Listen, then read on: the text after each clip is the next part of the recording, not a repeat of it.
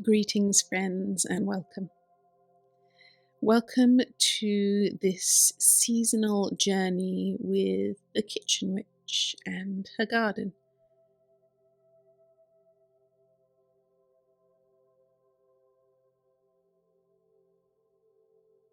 An invitation, perhaps, to pause in the year, to notice the natural world around you, and take a short and sweet journey somewhere in between meditation and story and reflection. These little in between places are where we may find a little magic, perhaps. So, as always, take your time. We're going to take just 10 minutes out of our day. And I will guide you through a few ideas, images, reflections on perhaps how the Kitchen Witch's garden may appear to us in this season.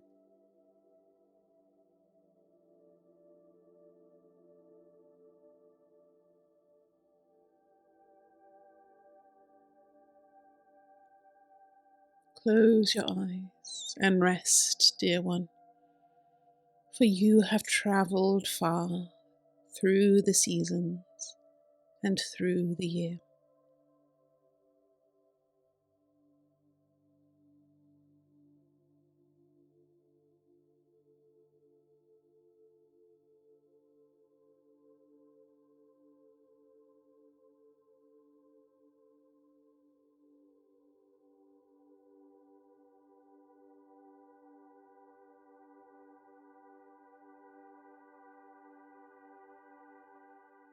Samhain is here. This is the season of red berries, brown nuts, and changing leaves of golden hues.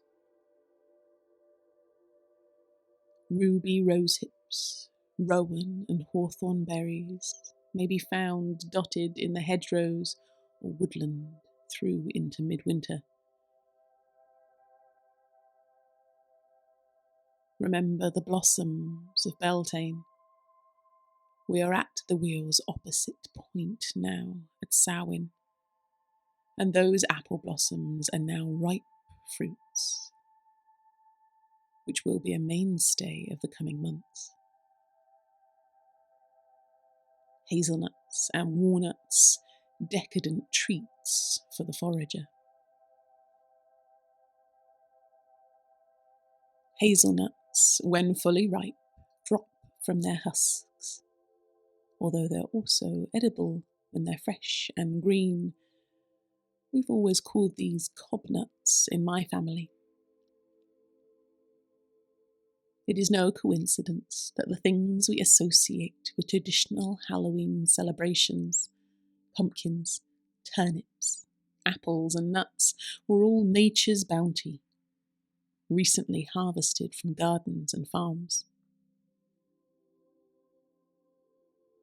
And even in these days of factory-made sweets being handed out to children trick-or-treating, we still retain these threads and treats of Halloween's past.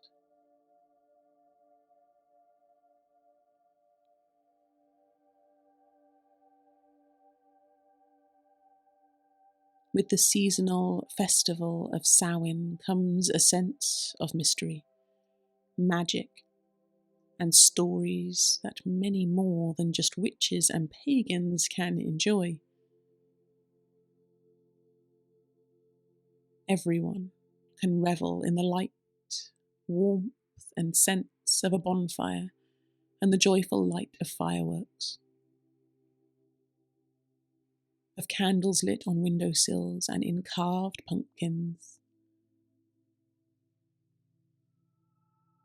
of caramelized apples and spiced hot libations.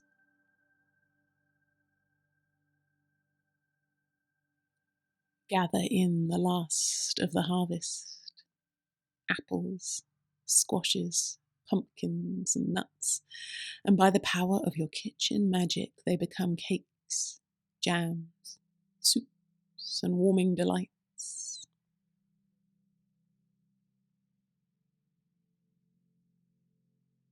And we note, as we look to these practices, yes, there are connections with the dead, but also how often the traditions are about love.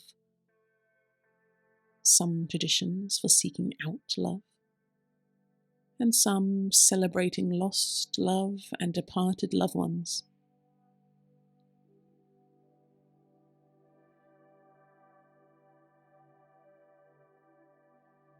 So bake the soul cakes and harvest the apples.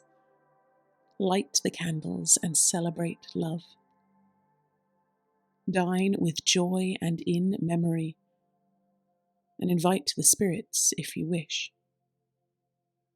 For winter is nearing, and soon the bright lights of Yule will be on their way.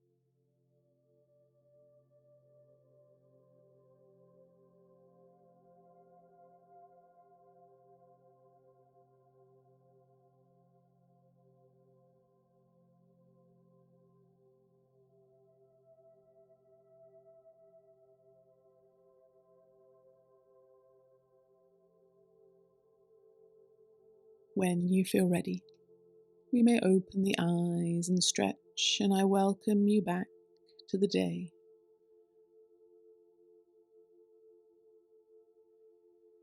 May your Samhain be blessed and beautiful.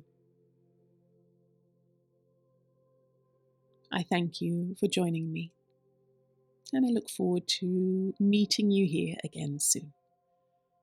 Thank you, blessed be, and namaste.